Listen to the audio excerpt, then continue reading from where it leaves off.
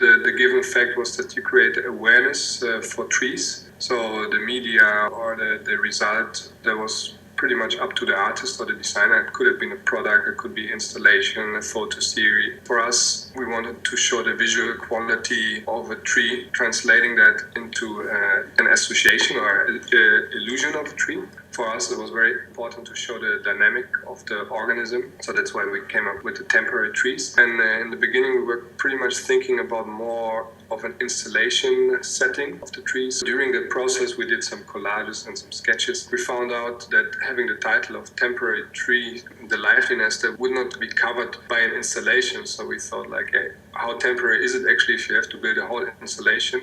So we came up with a test that we used ourselves with throwing some paper sheets in the air.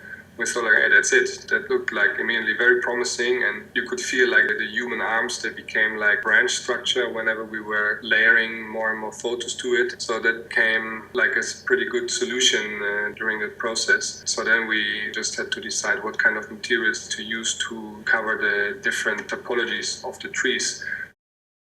I think definitely one of the challenges is to stay inspired. You carry on, you do new projects, and fortunately it never happened so far that we lost inspiration. And I think you should always go out in the world, look at exhibition, look at things, and I think you almost automatically get inspired to see new things. Another thing is the authentication of a studio or your kind of profile, to keep that true to yourself in a sense, but it's always kind of this very subtle balance.